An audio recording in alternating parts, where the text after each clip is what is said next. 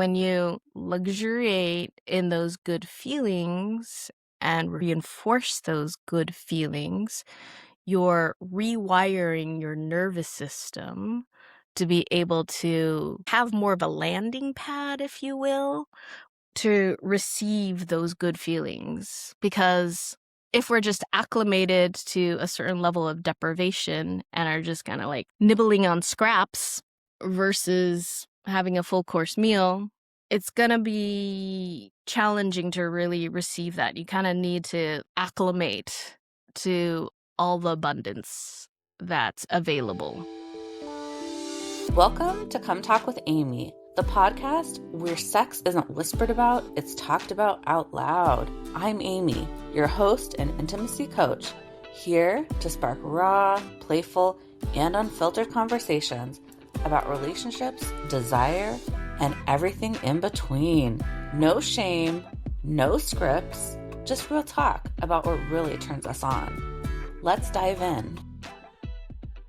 Hi, everyone. Welcome back to Come Talk with Amy. Yes, it is hot here in New York today, and we have a hot and fabulous guest. Today with us, we have Lorina Manzanita in the house. Lorina is a somatic intimacy coach and somatic experiencing trauma resolution practitioner. We will be having her break that down for us. Author and educator. You guys, she has 25 plus years of professional experience in the healing arts and 9 years specializing in somatic intimacy and trauma work. Welcome, Lorina. Thank you for having me. It's great to be here. All right, Lorina, before we dive into today's topic, I want to know what is making you wet and wild lately? I just turned in a 61-page paper for my PhD program in human sexuality, and part of it was a little like angsty, hyper intellectuals masturbating in their wordplay all the time. It's so annoying. I love that description. So that was the hot and bothered part, or the displeasure piece. And then right after that was this glorious sense of release, relief, liberation. I've got the summer ahead of me. I get to play in the way that I want, and I get to indulge my right brain, body-oriented feeling nature.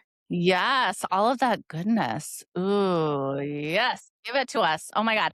Well, anybody who has been or is a student can completely relate to the angstiness of post getting a paper in, especially one that's 61 pages. Like that's a fucking lot of pages. Yeah. Well, that's amazing. Where are you in your human sexuality studies? I'm at a school called CIS, California Institute for Integral Studies. It's in California, obviously. I'm doing it part-time for sanity's sake. So I'm 2 years in. I've got a year more to go in terms of the coursework, and then I'm in dissertation mode. My research interest is the recovery of repressed sexual trauma memories in psychedelic work. Woo! You're giving us trauma. You're giving us the psychedelic. Hello. Woo! Talk Yeah. about hot and wild, wet and wild. Oh my God. That's amazing. So exciting to delve in with you today, but also to see what else you're going to create in this world. Amazing. So, Lorena, you work a lot with people who are empaths. Why have you chosen to focus specifically on empaths? Well, honestly, that's just me naming who naturally came to me. Good chunk of my original OG clientele were therapists, psychotherapists, counselor types, coaches, healer types of various sorts, and they just kept on recommending their friends to me. And I love working with people who can feel others, who care, want to be of service, value the emotional lives, value deeper unconscious processes, and are interested in their personal development and want to be of service to the world. So, since I love those people, I continue to signal out to the world I'm available to work with you. I love that. That's amazing. We love a good empath. I mean, as a deep empath myself, but I love that too, that the helpers need help. We need help. We need support because we're often so burnt out in supporting everybody else except for ourselves. So I love that people have you and your work as a resource. So huge. So, what got you started in working in trauma? It was a natural progression. As a wounded healer myself with a decent amount of trauma from my childhood, I was on my path trying to heal myself. As at the time when I first enrolled in somatic experiencing, I was in a pretty toxic relationship. And once I enrolled in that program and started to work with my nervous system to reclaim my sense of choice, agency, empowerment, dive more into my body and its wisdom, it snapped me out of what I was doing, which was giving away so much of my power in this relationship. And things shifted in a dramatic, beautiful, whole making, far more satisfying way. And so oftentimes we help those who are some version of us back in the day. And so I like to support empaths who struggle with honoring their boundaries, honoring their desires, have a tendency towards self abandonment and caretaking. I would know that journey well. It's easy for me to show up and celebrate people going through that path of reclamation. Yeah, I love that. That's the thing is we lead because we have been there before, right? And we may still be in that life as a continual journey, right? And as we go deep, we can help those along the path as well. I love it. Can you speak a little bit to your work with psychedelics as well and how that intersects with your trauma work? Yeah. So just to be clear, psychedelics is kind of a broad term. Medicine assisted work would be more accurate. I do a type of modality. It's called psychedelic somatic interactional psychotherapy. Although to be clear, I'm not a licensed mental health professional. I'm a intimacy coach and I have a lot of experience. And also I've been operating for some time as a sex and relationship coach. I live in the Bay Area. A good chunk of my clientele would go to ayahuasca journeys and come back, right? And so we're integrating material already in that space. And then COVID hit, went fully online, read Michael Pollan's book, How to Change Your Mind, made me realize, oh, maybe I could do more intensive work to really kind of go deep with people in a new modality. I learned about this particular modality, which is very nervous system oriented, and it also works with legal medicines, so cannabis and ketamine. So I prefer to be above ground. It's a little challenging for me to work underground in a non legal context. So I use those medicines. But one of the reasons I love this particular modality is that the body and the nervous system is the star of the show. The medicine adds a little bump, but a lot of the medicine circles can really kind of fixate on, oh, now this fill in the blank is going to save me. But actually, it might illuminate things, but really our healing journey is internal, relational. We could get support, but we need to really reclaim the parts we play in our own well-being. Yes. Ooh, I love that.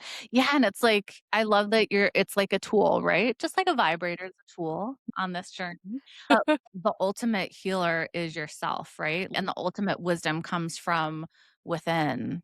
Yeah, within and without. I also have like a strong spiritual orientation. Much of like my healing journey has involved connecting to ancestors and other unseen beings, right?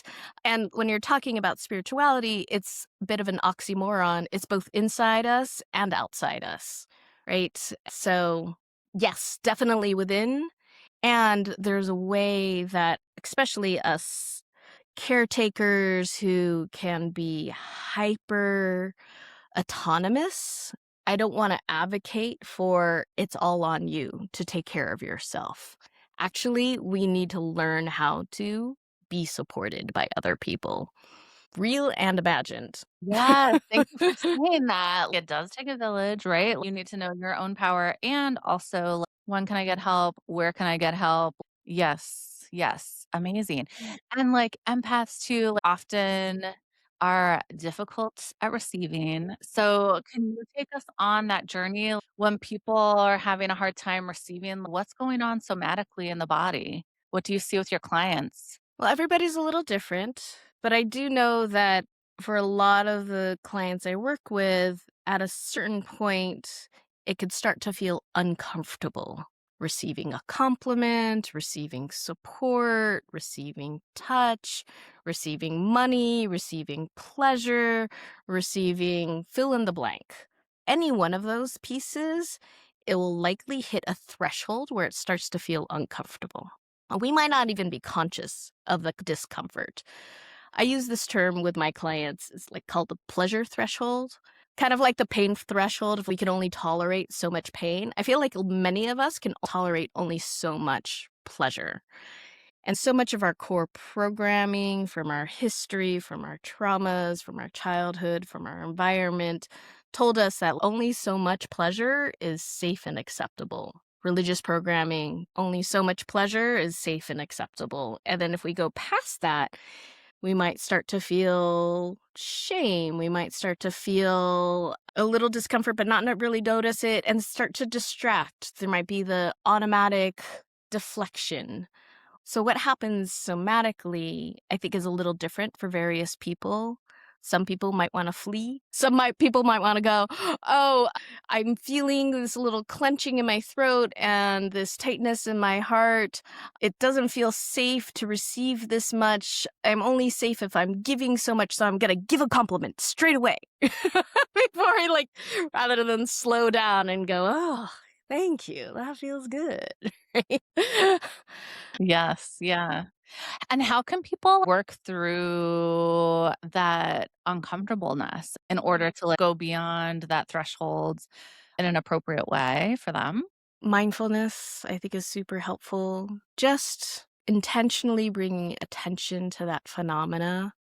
And then when we start to feel uncomfortable, holding that experience with a certain amount of acceptance, curiosity, openness. Those three elements are what Dan Siegel has called the fundamentals of love, right? So when that clench happens in your throat, just like, oh, I notice this tension in my throat. What happens if I slow down and pay attention to it and just hang out with it, not try and fix it, not try and run away from it, not try and make it wrong or bad or call it a part of my dysfunction, just be with it. And more often than not, when we hang out with the discomfort with patience and acceptance and spaciousness, it starts to morph. Those little reactions start to shift and maybe some feeling starts to emerge or maybe even a memory starts to emerge. I'll often do this with clients where we'll bring some mindfulness to the discomfort that arises as they're experiencing some pleasure or some goodness and just kind of gently unpack what's emerging from them. And it's not uncommon for some sort of memory to emerge of, oh yeah, getting caught masturbating when they're this old and their parents freaking out, or some other kind of memory that taught them it's not okay to feel this good. Yeah, it's amazing how much those messages are, like, stored within us. We're just walking around with them, and a lot of the times we're not aware, but bringing that awareness to it is actually a aha, bringing that compassion to, right, to understanding and curiosity. Totally. And then when the stuff comes up that's comes from our childhood or for some old traumas, it's an opportunity to love that part of ourselves in the ways we would have preferred our parents to have shown up, right? Rather than shaming us or getting scared, like, oh, sweetie, of course you want to feel good. That's human, that's beautiful. Maybe not in the grocery store, but, like, there's ways we can set loving boundaries without shaming, right? Right, absolutely. Yeah, that often is the default for a lot of people. I know it is for me, that shame, right? The shame scripts and approaching myself with shame. And it really is a muscle to change that from shame to curiosity. For sure. A muscle that we need support, spaces, intention, structures to really practice choosing something other than shame, choosing curiosity, choosing compassion. Absolutely. And I'm curious too, with the clients that you work with, where do you see self abandonment showing up, whether that's unconsciously in their intimate relationships? What does that journey usually look like for people? It could show up in really egregious ways and it can show up in really subtle ways. Spoke about the super toxic relationship I had back in the day. That was like 2009 that I broke free from that relationship. But at that point I was giving this man money, way more than I really had. It was a chronic under earner.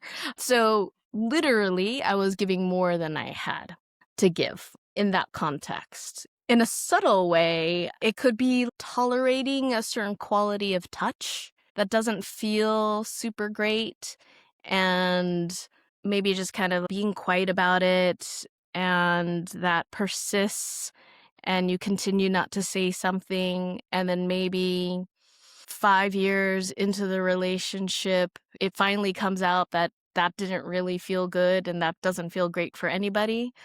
Maybe you didn't even notice that one doesn't even notice that they don't love that touch and aren't even aware that other options are possible, and so didn't necessarily know that they could ask for it or feel safe that they can ask for it.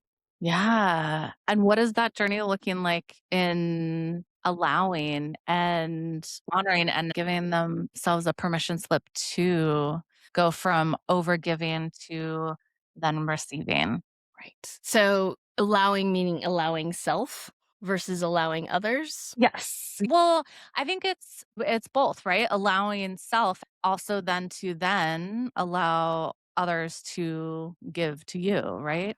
Cuz I find a lot of people are very, especially if they are empaths, people pleasers, recovering people pleasers.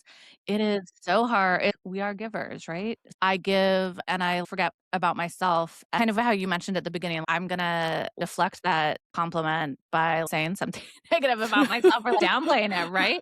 And I think that shows up too, as you were mentioning, like, in a sexual and intimate relationships as well in context. So, like, yeah, one is first allowing yourself and giving yourself that permission so that then you can allow others to dote on you and give you pleasure. Yeah. I mean, I don't know if I have much to add to that. You, like, articulated it beautifully. I mean, there's so much permissioning, self-permissioning, giving space for the enjoyment, the pleasure. It's gonna feel uncomfortable. We've established that's true. Know that's a part of the process.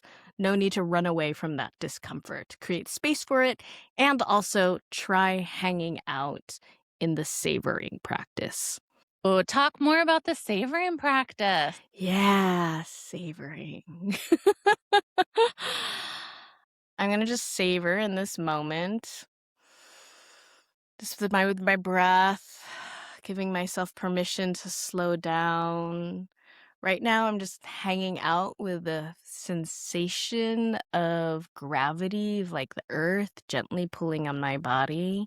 And there's a subtle pleasure to that. And so I'm just going to give myself permission to luxuriate in that experience.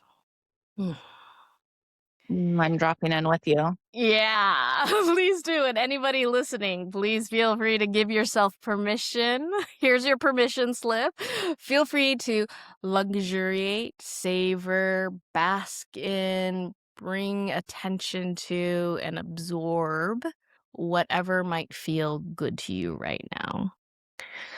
That could be touch. That could be the breeze on your face. That could be the sun kissing your eyelids. It could be the yumminess of a lover caressing your neck with their lips, right? It could be anything.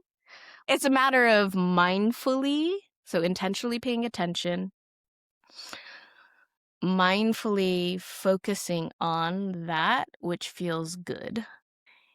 And then what they say is what you appreciate appreciates. So when you luxuriate in those good feelings and reinforce those good feelings, you're rewiring your nervous system to be able to kind of have more of a landing pad, if you will, to receive those good feelings. Because if we're just acclimated to a certain level of deprivation and are just kind of like nibbling on scraps versus having a full course meal, it's going to be challenging to really receive that. You kind of need to acclimate to all the abundance that's available.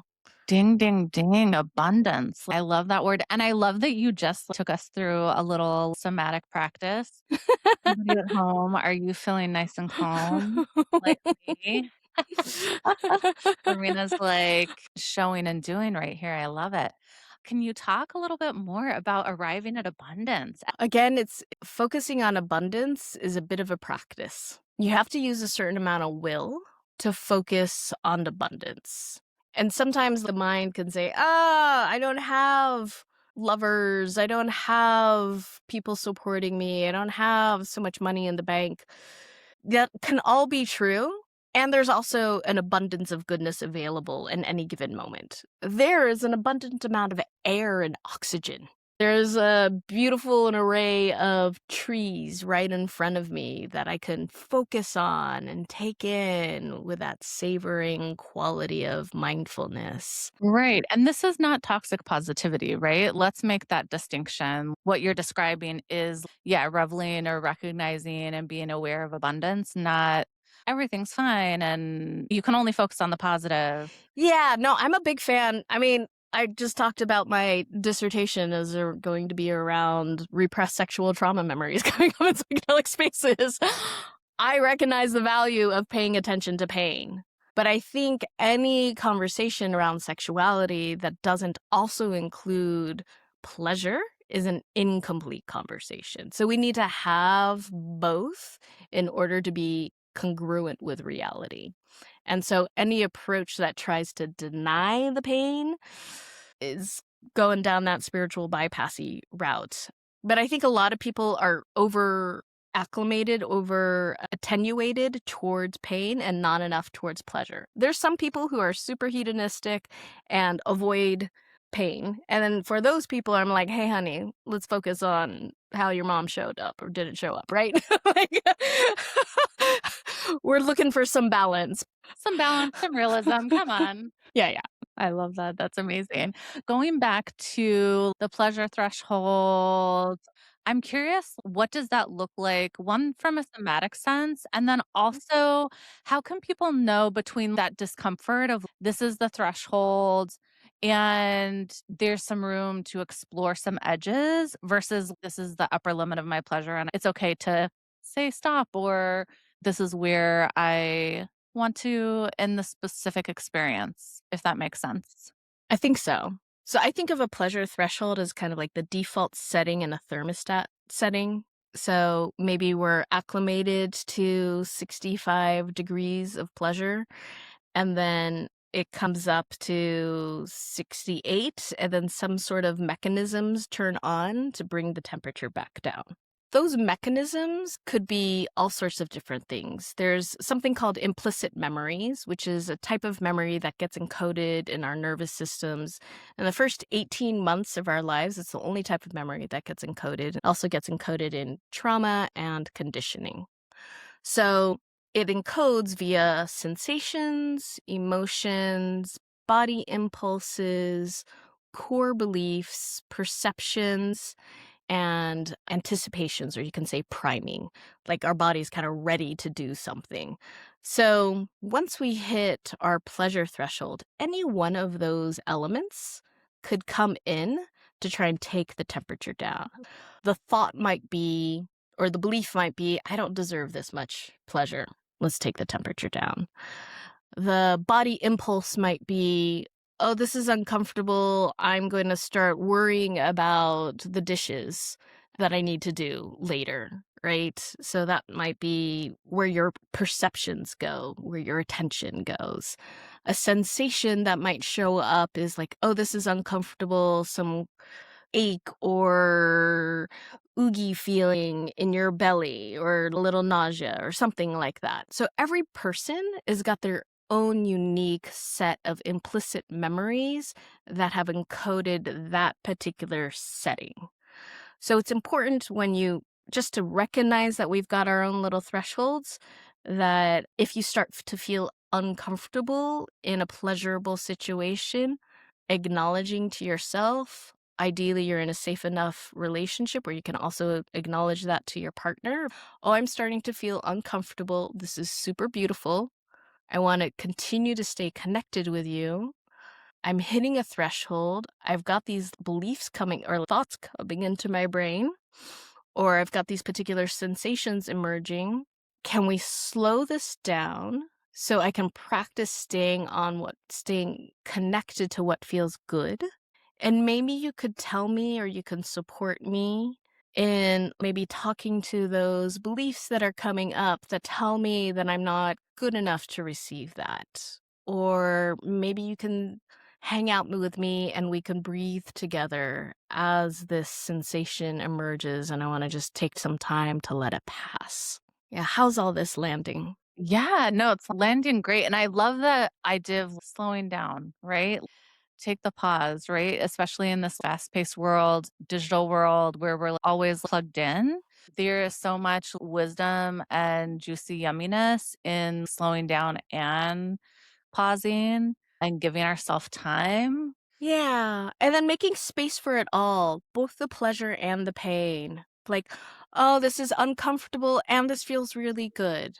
Oh, I wanna run away right now, and I also wanna stay connected to you." So just giving ourselves permission, giving ourselves compassionate space to be complicated human beings, right? That want conflicting things. Yes, we are complex human beings, and that is so amazing and so yummy, right?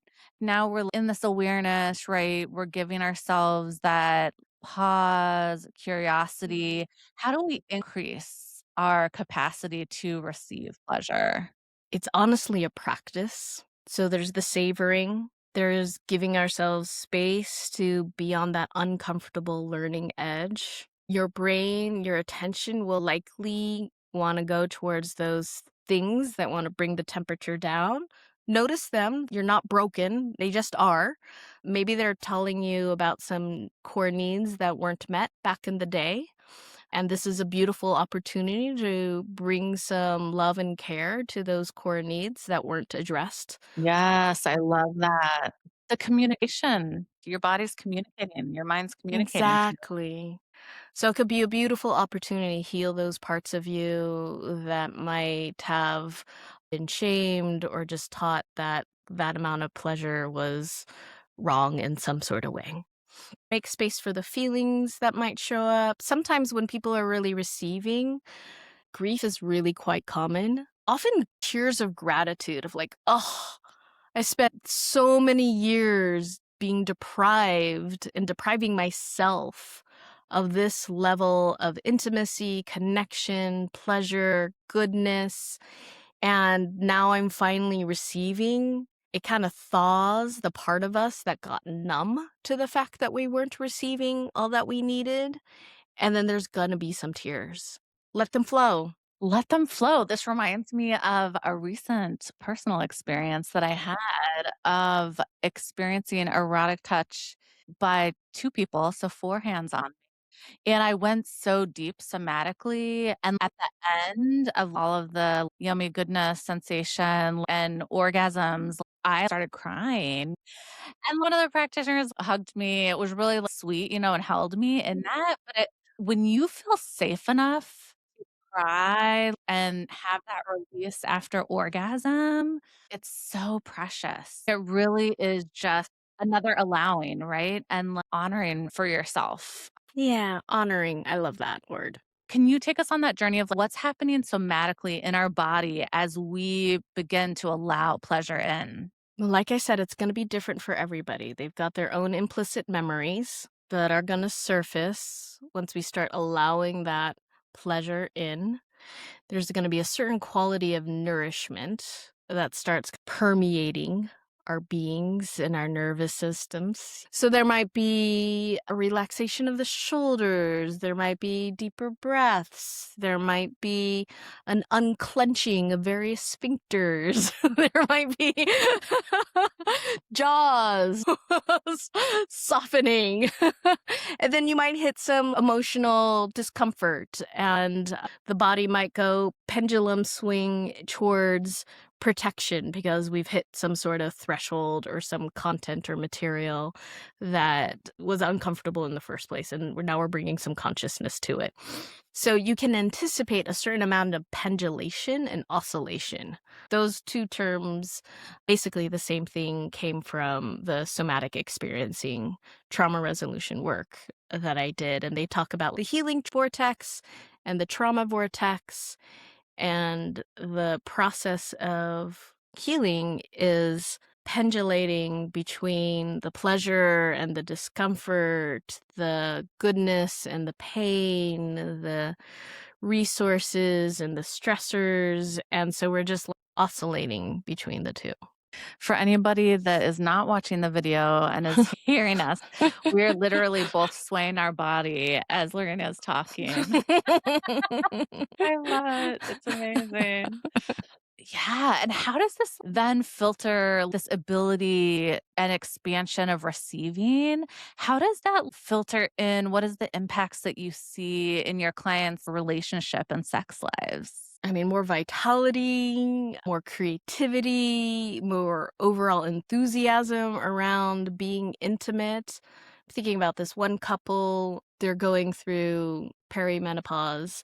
So, what used to work is no longer working or stopped working. And so, there's a learning curve around advocating for, okay, this is nice and this is not so nice. But the more we're investing in articulating and discovering what feels good and then practicing receiving that, then there's more enthusiasm for being intimate with each other versus I'm just kind of tolerating less than stellar sex. Yes, communication is lubrication. Ooh, I love that. I mean, I wish that that was my saying, but it comes from Sex with Emily, Emily Morris, and it's so true though. Communication is such a hot tool in intimacy, in sex, in relationship, right? Yeah, and finding your voice in that. And also, I love our pleasure, what we enjoy is going to change in with us. And being able to not just tolerate and be like, "Oh, well, this is like I'm in a different stage. I'm in middle age now. I guess that's how this is." I love the word that you used, advocate, right? Advocating for your pleasure, find out, "Oh, this is a little bit different. How can we play with that to find and melt into the pleasure that I want to receive, right? And how can I then help my partner also in they're changing, right? And how can I listen to what they need?" For sure. Yeah. Creating space for everybody's voices to be heard and then creatively responding to that. Yeah, absolutely. We're like swaying, we're breathing. Lorena's taking us in all of the somatic journeys. I love it. What other like a simple practice for people at home to take away today that they can do that can help open them up to their voice and their choice or getting to the point of receiving more? I wouldn't be surprised if this content has already shown up in this show, but it's worth repeating. But I'm thinking about Betty Martin's The 3 Minute Game. So Dr. Betty Martin developed a body of work called The Wheel of Consent, and she identified 4 different roles that one can engage in when you spend, could be 3 minutes, could be 5 minutes, it doesn't really matter as long as it's mutually agreed upon. But during those 3 minutes, people pair off into either giving or receiving, right? And then so if you're in the receiver role, receiving touch, you're really practicing tuning into your body, tuning into your desires, and then naming them, and then giving your partner an opportunity to give that to you. And it's a real kind of push for those of us who haven't been paying attention to our bodies, haven't been paying attention to what we desire, haven't articulated that to ourselves, let alone somebody else, and haven't really practiced receiving. So, all of those things are super important for the experience of fulfillment and intimacy. I also implicitly named another R that I think is important. That's a part of this picture, which is releasing the old belief systems, releasing the pent up emotions, releasing the defense mechanisms. I call them the 4 R's of fulfillment: recognizing what we need and want, reaching for what we need and want, receiving what we need and want, and releasing all the stuff that gets in the way of doing any one of those things with a certain amount of grace and awareness. Yeah, I love those 4 Rs. The release is so important. agreed. Feels so fucking good. Release that shit. Release it. Open the floodgates. For sure. The tears, the shakes, the growls. All of it. All of Yes. it.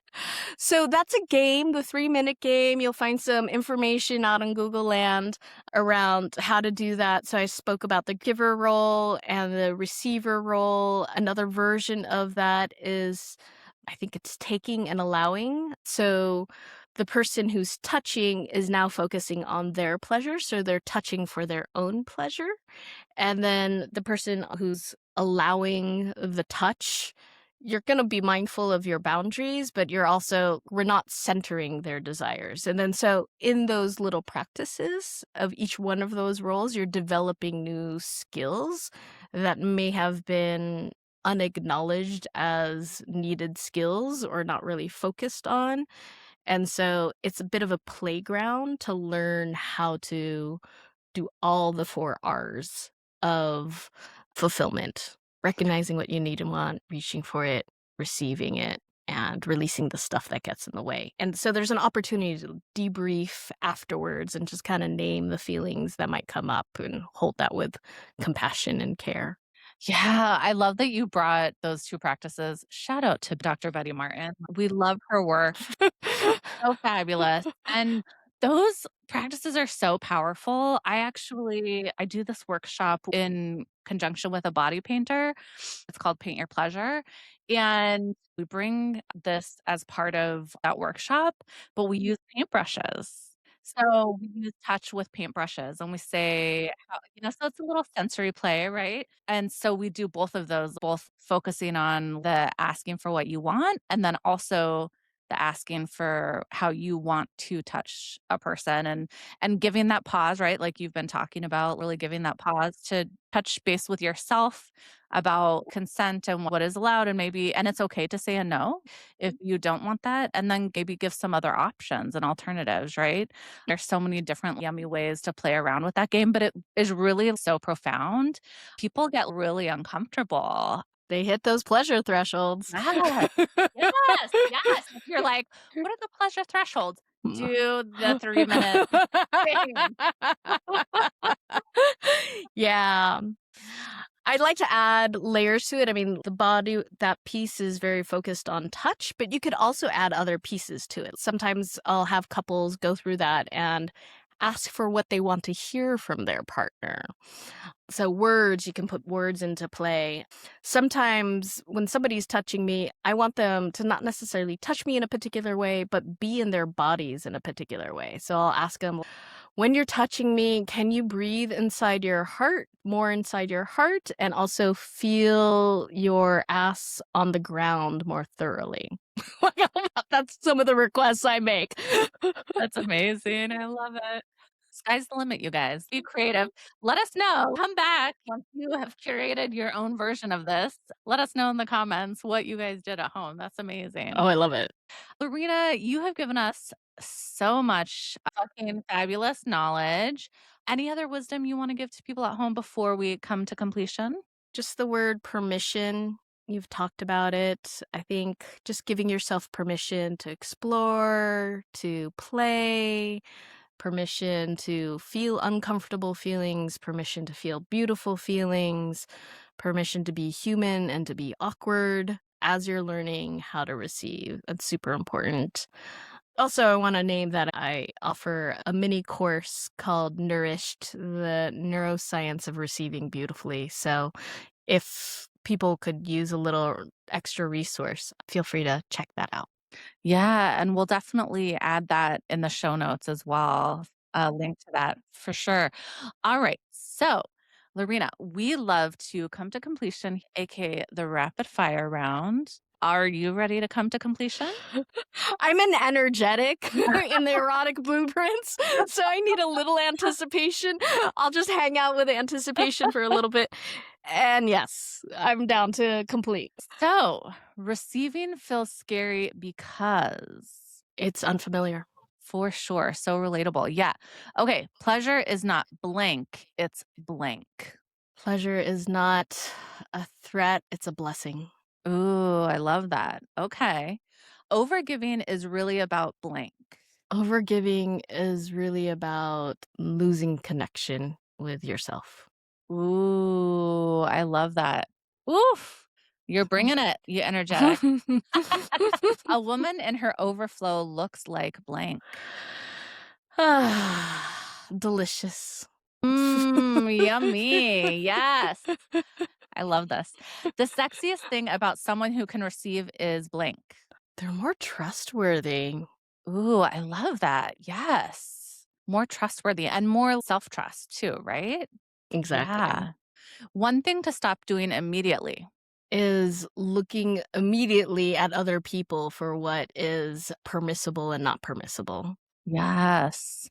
Okay. And on the flip side, one thing to start doing today. Checking in with your own body and heart around what you authentically need and desire. Yes. Use those as your guides. Okay. Your body is trying to tell you blank. All sorts of things. Just listen. Tune in. It wants to speak to you. All right. And finally, I give myself permission to blank. Feel it all. Yes. That's a beautiful way to wrap up. Lorena, this has been fucking fabulous. We're so glad that you came on Come Talk with Amy. Before we say goodbye, where can people at home find you? What are your current offerings? We want to know all of it. I mentioned the Nourished mini course. Feel free to check that out. My website is lorinamanzanita.com. Also, feel free to check that out. You might find some podcasts, some articles in there. And right now, my next big offering is in percolation. I'm not quite entirely sure when it's going to become available again, but it's a 6-week program called Held and Fulfilled. Well, I love that name. Well, thank you so much. Thank you for people at home for listening in. Please let us know all of the delicious goodness that you're taking away from today's episode.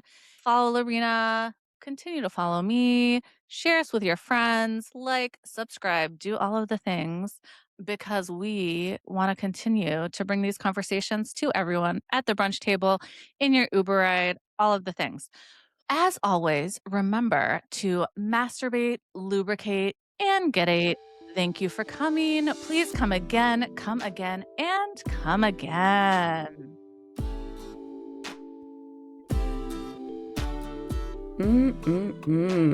That's all for today, lover. Remember to masturbate, lubricate, and get it. If you liked this episode, share with a friend, like, subscribe, and as always, thank you for coming. Please come again, and come again.